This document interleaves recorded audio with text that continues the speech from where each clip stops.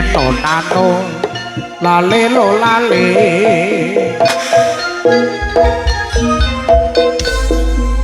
kodhok cipir dikelo pahung kadung tresno kok ora gantung kodhok cipir disrutuk kare kadung tresno lagake wong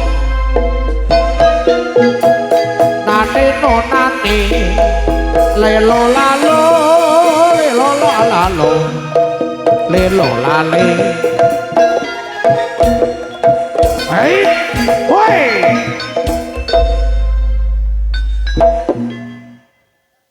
sik jaran ketoke jaranmu suwi ra didu iki sik piye iki jaranku kok agresif lah iya melane kok suwi ra didu apa gak iya sik tak delok oh iya lanang apa wedok to jane lanang apa wedok jane lanang sing iki lanang sing pertama iki lanang oh iki lanang sik kok angelmu dadi delok jam wah wis seru aku nyapa kono parkir rono iki nyapa jaranmu jarane njaluk kawin mbake oh tak kira lek M kayak nyundul ngene terus tak kira lek wayahe abang apa M oh jaran lanang kok oh lanang to iki mau oh tak kira lek wedok sing wedok ki jaranku mek 3 sing wedok 3 iki kok ngetokne piro ora wis mentukan mangok lho gak ketokne jarane piro jarane 6 sing tak oh jarane ketokne berarti sing lanang 3 sing lanang 3 sing wedok 3 sing lanang 6 lho sing lanang 6 lah sing wedok piro sing wedok 1 2 iki sing sitok nang mburi oh sing wedok iki oh loro iki masa iki jaran iki oh lah sesuk kena iki balapan balapan oh gak sidolet oh gak sido jaran gak sido jaran lah apa kuwi anu pedet malah cilik iki terjadi jajal sitoke nek sing sitok iya heeh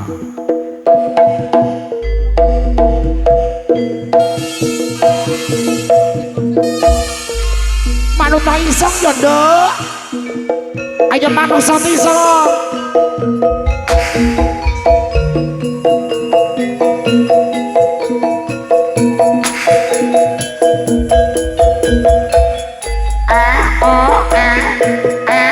anteng iki jam anteng iki ketoke anteng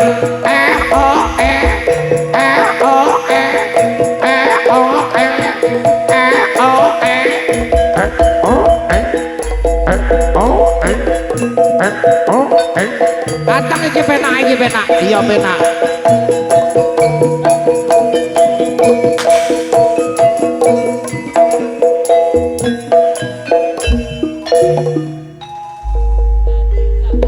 sing keloro. Alhamdulillah. Sing pertama mung nyatuk ngerti apa ora kowe kok isane galak ngono ki ngerti apa ora sing pertama kemeng. Lah ngopo? Mergane wis jomblo suwi. Wis gak. Heeh. Suwi gak kangge, suwi gak kangge. Ora duwe pacar suwi lek sing iki duwe pacar dadi iki lulut. Dadi wis kulino ditokke. Ngono lho. Apa sih ditokne? Maksudnya ki ditokne neng pagelaran agung nampilne seni pertunjukan jaranan. Ngono ya. Berarti sing sitoke mau sing barep mau gak suwi gak ditokne. Suwi ndak ditokne. Wow. Jomblo kok. Lah makane kembut ngono pancet. Ngono kuwi lho. Lah ditekoni kudu-kudu budrek kae ya suwi gak metu. Sing pertama mengerti apa ora? Lah nyapa? Sing duwe panggung lho. Sing duwe panggung kowe nyemoni iki dicepoti sak wayah-wayah kapok. Ayo ditokne sing nomor 3. Oh.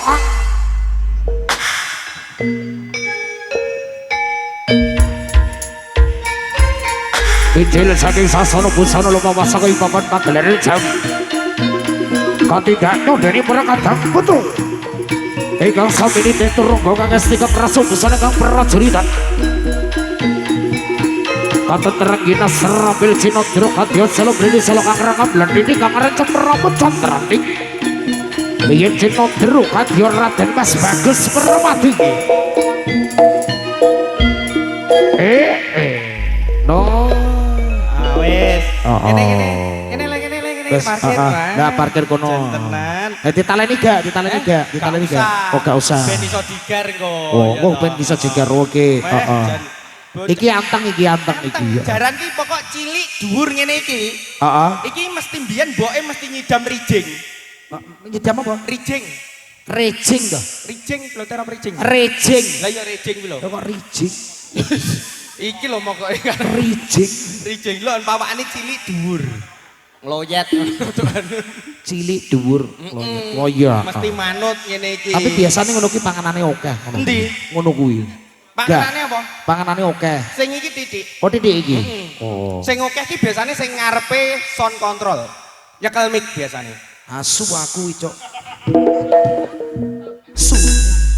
Muten bejat. Ayo tok nih nomor 4.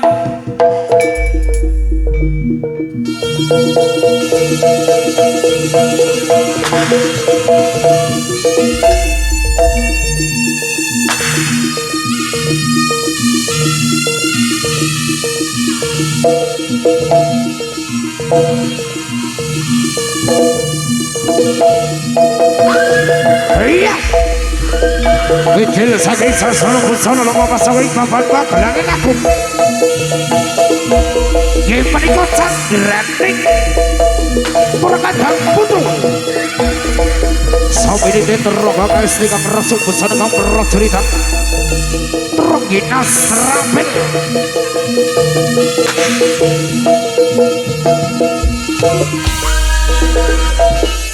Oh. Duh. Asune mana di? Setem. Iki siji loro telu papat. Asune mana di sian sih?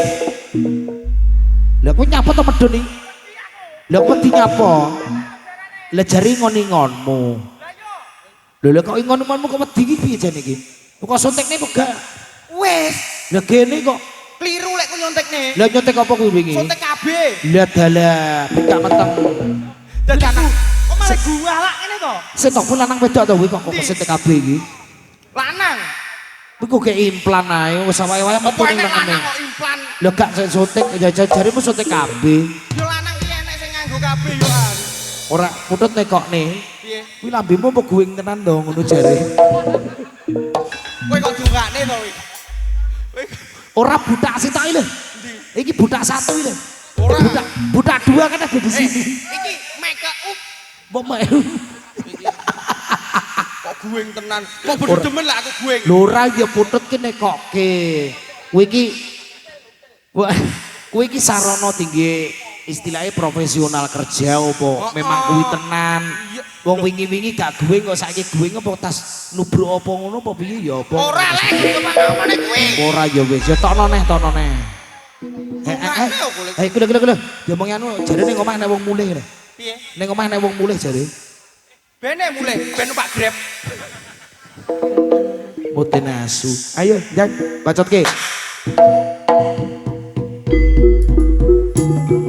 Iki jalanku teko Ponorogo ja. Oh iya, teko Ponorogo.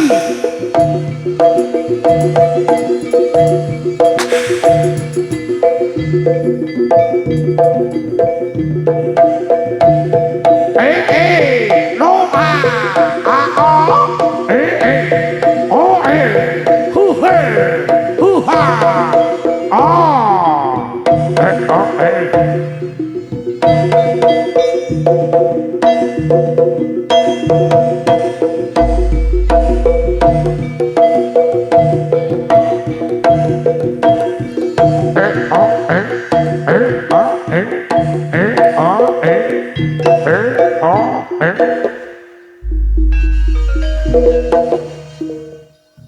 Siji loro telu papat limo, siji loro telu papat limo, siji loro telu papat limo. Kurang sitok kok ijulono sampai subuh ya Bangga. Kurang sitok wis siji loro telu papat limo kudune 6. Kowe iki nggawa 5 apa 6? Sing tak gawa 6. Lah 6 berarti kurang sitok kok. Kurang sitok. Heeh. Anu genep ana Pak Bu? Lho. Itu. Kowe tugase mau ngenong kok iso. Kowe tugase mau ngenong. Oh tugase ngeno. Iya tugase ngenong. Tak kira lek yo jaran. Surya iki sembarang-barang buon-buonan gede-gede kabeh. Endi bon-bonan? Oke, lha kuwi ke kolor. Kolor piye kok gesual kolor.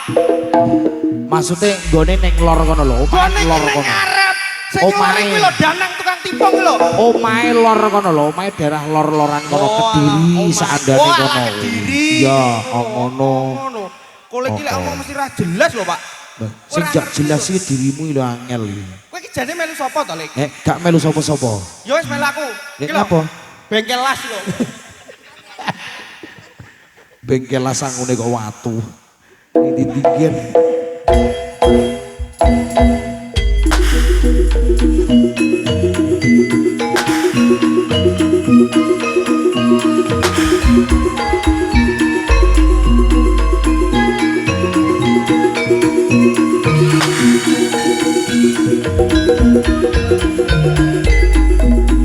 Bijil saking Sasono Busono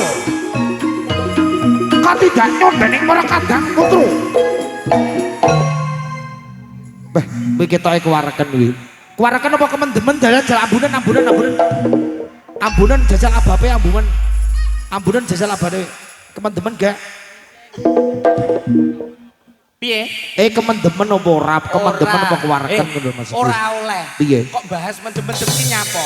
Ngono kuwi ra oleh, ngono kuwi pekat penyakit masyarakat. Lah jare sapa? Kene iki steril kabeh. Jare sapa? Iki ora kemendemen. Omonge sapa? Mendem sik to jare sapa mendem ki pekat masyarakat. Lho jarene Pak, anu Ustad. Alah kleru. Kuwi lho ngarep kuwi lho mendem ya kuwi. Endi? Ngarep sindene lho. Sita sebelah lho. Sebelah iki lho sinden. Heeh, sebelah. Lah aku lho mendem. Mendem apa? Mendem tresno. Ayo. Kuwi lagu lek kuwi lek. Lah buktine yo yo. Pirang-pirang dino galo. Sik to. Lek digeret ki nengase joget mari ngono parkir. Kok iso langsung diprok lho. Piye? Lembo. Wah ora, Pak. Bane gembos iki, Pak. Bane gembos. Ora, biasane iki si jejaran ini nalurine dhewe-dhewe. Mempunyai sifat yang berbeda-beda. Padha kaya menungso. Sama seperti manusia. Antara aku dan kamu memiliki sifat yang berbeda. Ya, berbeda. Walaupun sama-sama ciptaannya, tapi kita dianugerahi kelebihan dan kekurangan masing-masing. Maka dari itu kita harus tetap bersyukur. Bersu apa? Bersyukur. Oh, iya. Nyokurne iki malahan. Terus iki wis jarane jangkep 6. Iki jarane wis jangkep 6. Oh, saiki arep kotokne apa neh? Iki ben nindakne kewajiban. Heeh. Joget menghibur masyarakat desa Serengat kene iki. Dadi wis to bene. Kowe engko lek dikip tambul karo wong ponggok sak panggok ya. Kebon Duren, Kecamatan Serengat. Kowe tenan lho, engko lek mulih dikip tambul karo wong kene kapok lho kowe ya. Kecamatan Ponggok, Kabupaten Blitar. Betul lah? Iya bener. Ya, betul Pak. Salah sih An. Aku lek salah coreken ya Pak. Dicorek teko ngendi? Lah salah Pak coreke. Anakku lek salah ngono mesti kon nyoret kok. Ora. Iki wis genep Mas Kolek. Iki ben ngayahi kewajiban. Iya. Jejogetan asum lelipur. Iya toh, kagem masyarakat Bonduren kene muga-muga adik sing dipitoni dadi anak yang berguna bagi agama nusa dan bangsa. Amin. Berbakti kepada orang tua. Amin. Dan juga bisa meraih cita-citanya setinggi langit. Amin. Amin Allahumma amin. Amin. Nyu Suryo Wijoyo.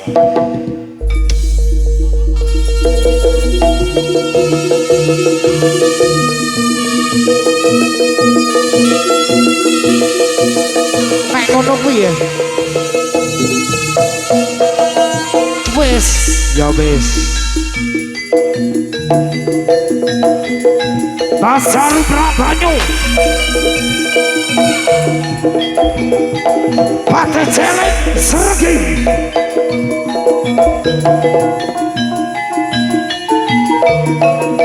Pate danyo dari pate celeng sergi ingkang sami ambekal tidak iso Prabu Kelana Sewatun.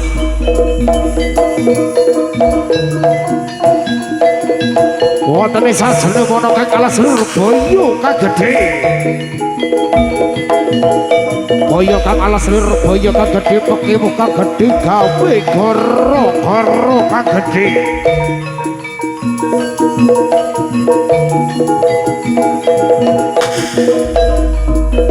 Ambekal tidak iso Prabu Kelana Sewatun.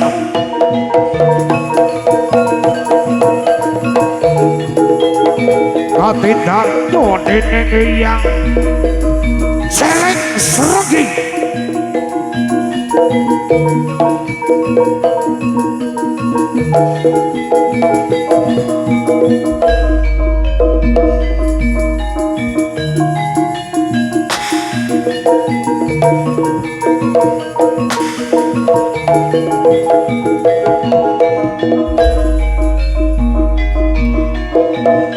Kadere romaipun perhati yang jaling seregi.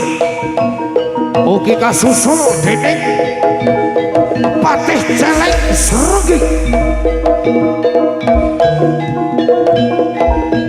Ingkang tumpet-tumpet ambikal tidak iso Prabu Kelana Semandana. Badhe nglampar kusumane dia ayu kang jejuluk Dewi Songgolangit.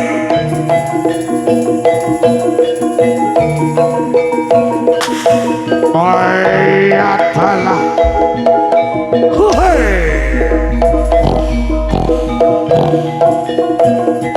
hei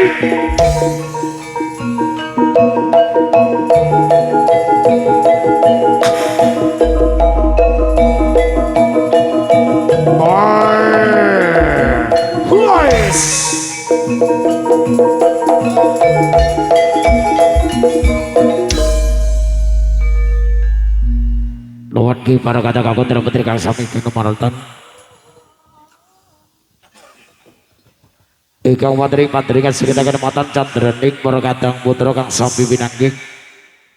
Ikang sami ngrasa busana kang prajuritan nggambaraken prajurit sewu negorong kang cacahipun nenem kanem sak kembaran ingkang abekal tindai sang Prabu Kelana Semandana. Nggih menika candraning Eyang jaling serenggi ugi patih jaling serenggi sak kembaran. Kados pundi anggening perkatang putra palimur kita samarga ngaturaken sugeng pinarok putra kata lupain nyuwun donga pangestu panjenengan estu katang kerbatan. Mugi perkatang putra palimur manggi rahayu kalih saking Sambikala Wasana. Para tamtama nyusurya wijaya lumaksana magita-gita ing baris.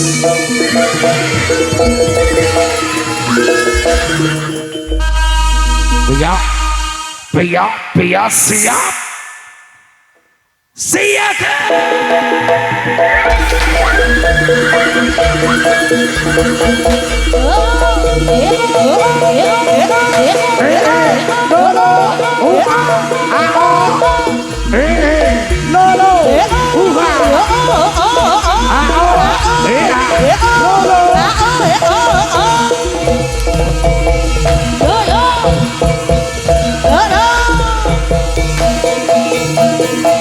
Surya Wijaya.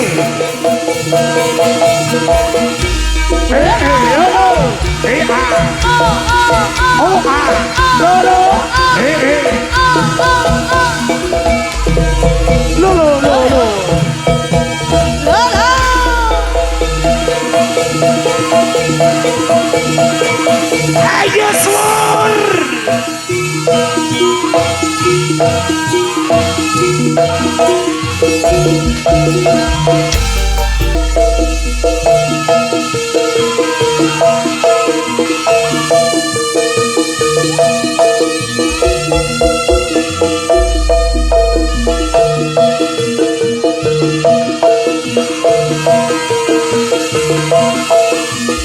Hey, hey.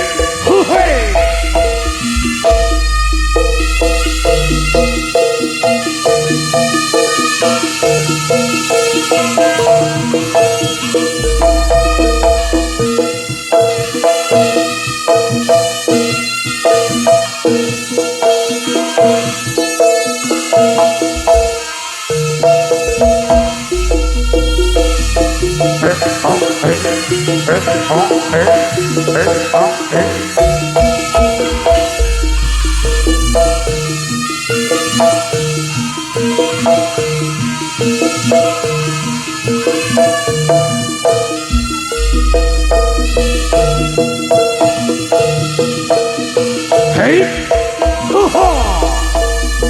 awas, hey, oh.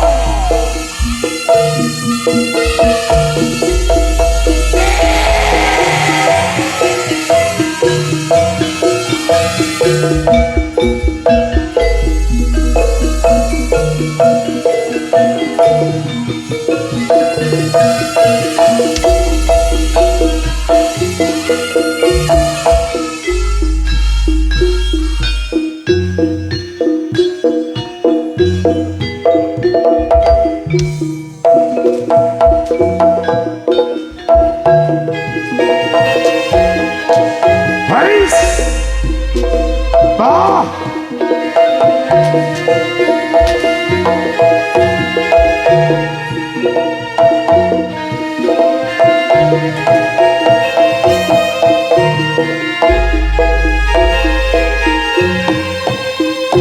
Roro jenggreng pancen kowe ayu tenan ora apokal yen aku nandang kasmaran waspadakno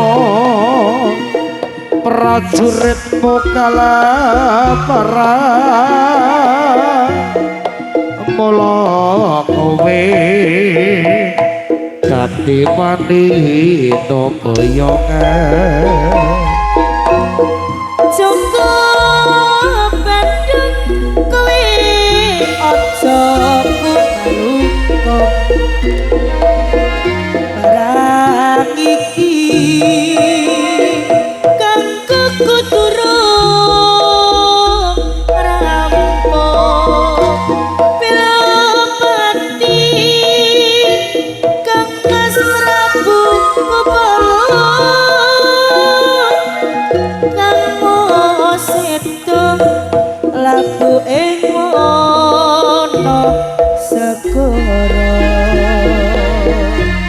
otopet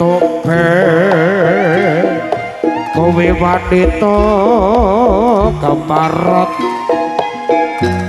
ora ngerti yen Bandung lanange jagat putra ratu panggih Marmaya aku duwe aji sekti saka dawa Rara jogreng manuta sun pundhut garwa Joko Bandung aku terbebatono janji sewu sawangi kudu dadi iya jogreng apa nyuwunmu tak turuti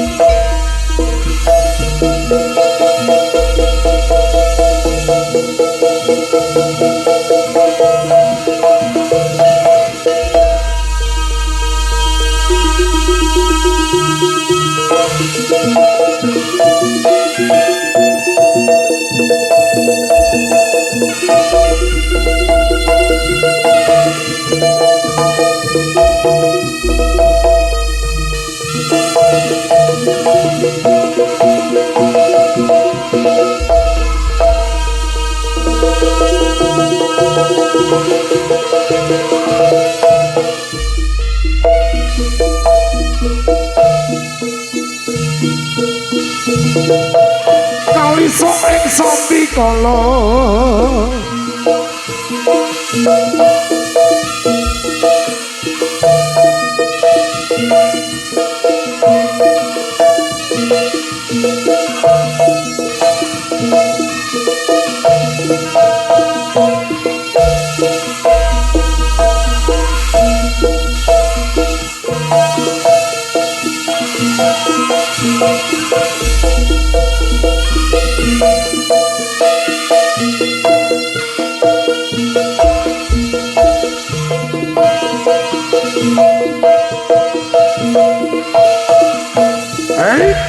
bisa loh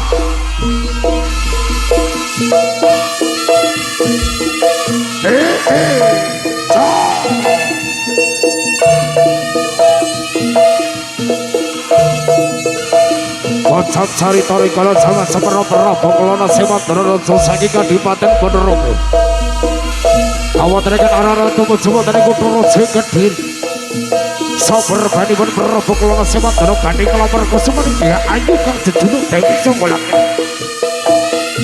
wonten ing sajroning wana kang sajroning wana kang alas lur boyo kang gedhe wana kang alas lur boyo kang gedhe pekemuh kang gedhe gawe goro-goro kang gedhe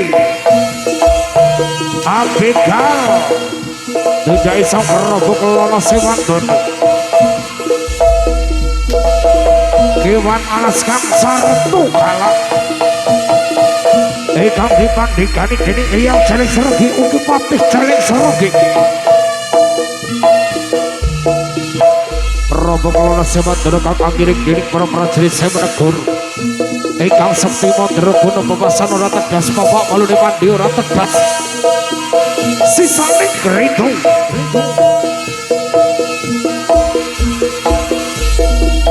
prajurit sak jupuk-jupuk prajurit sak kerucuk-kerucuk wani kalang-kalang ini aku tenan weger maju sadel gandeng atiku gel lino bangin damu bakal tak gawe rondo tenan bojomu buah galah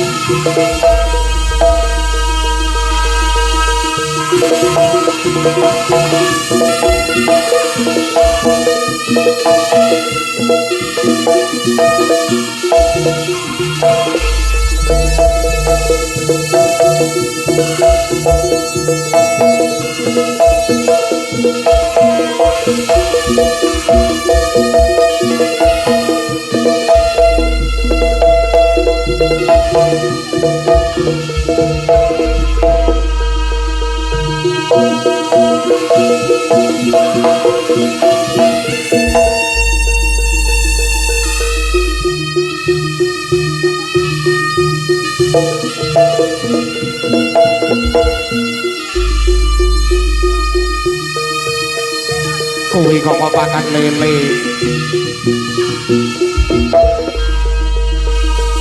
bocah kuwi kok pakan lele baik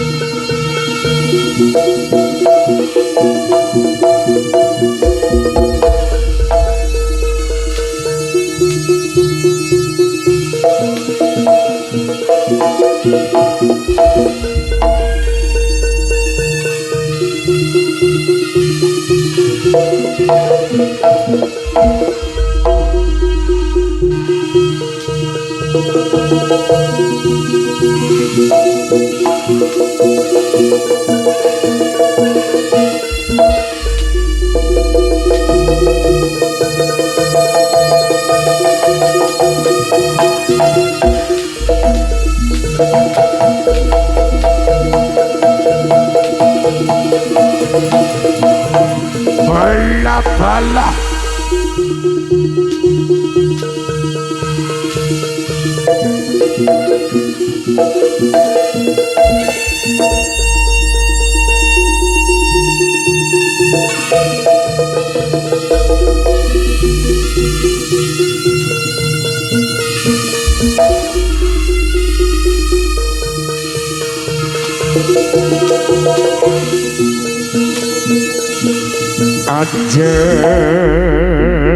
Anjes Moro Arimami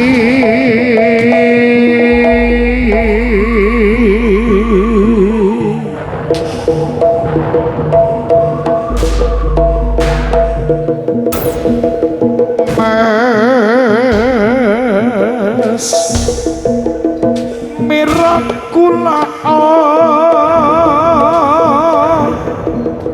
Warato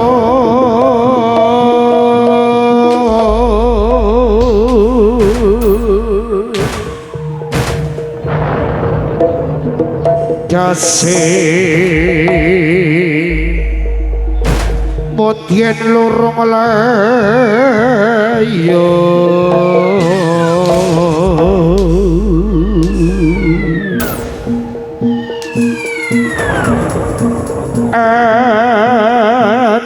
Koto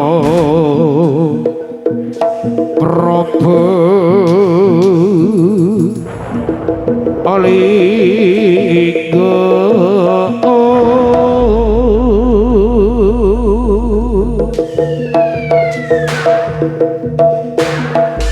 perang tandi lan urung biismo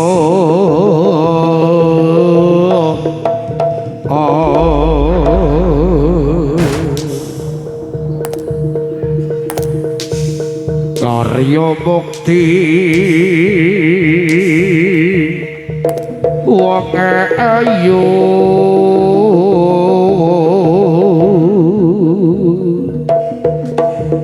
pun kadang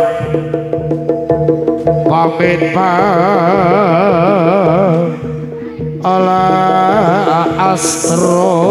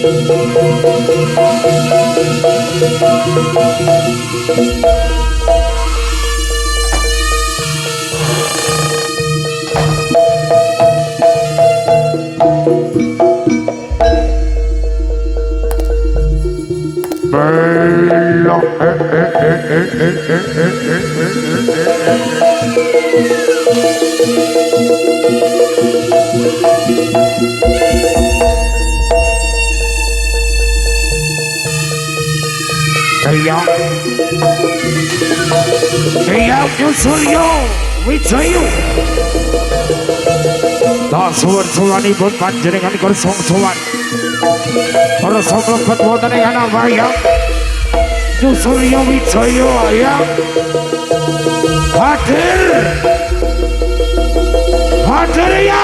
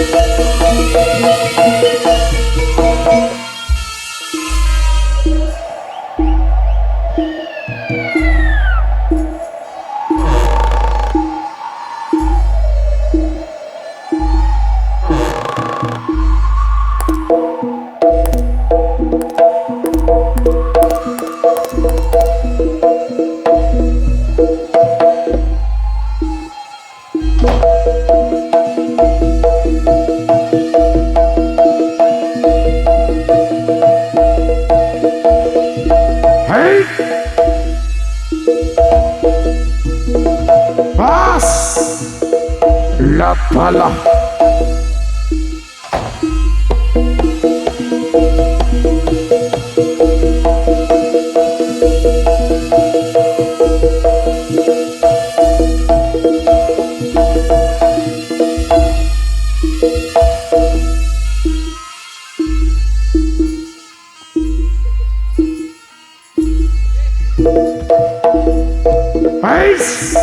ya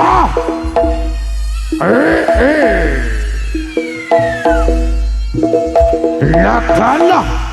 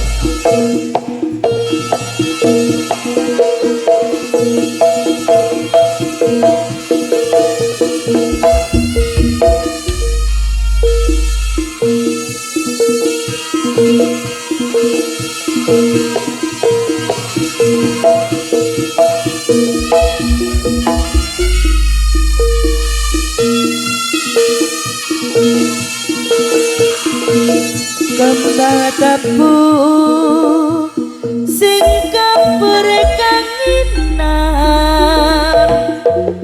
saksi bisu sing dadi kenangan prasetyamu kuwi mung biasa tresnomu saiki wis ilang ning dalan anyar kowe karo sapa aku ngerti dhewe ning karepe moto ning dalan anyar kowe karo sapa ning kulon terminal Kartanegara Ngawi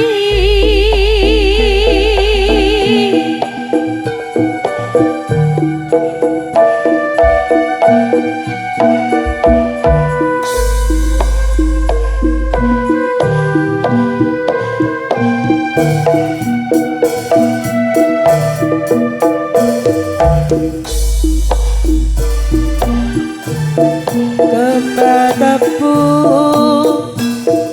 sing kapur kanginan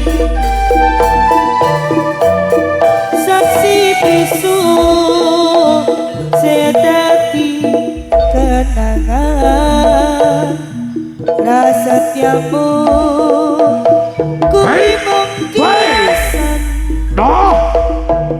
tresnomu saiki wis ning dalan anyar kowe karo sapa aku ngerti dhewe karepe foto delok jaranan kowe karo sapa ning kulon terminal Kartanegara Ngawi Aku sesuk pacaran. tebu sini sawang kudo ora garing natar masa ketika tarasa eling jembane semono ning kulon terminal Kartanegara ning dalan anyar kowe karo sapa aku ngerti dhewe ning karepe moto delok jaranan kowe karo sapa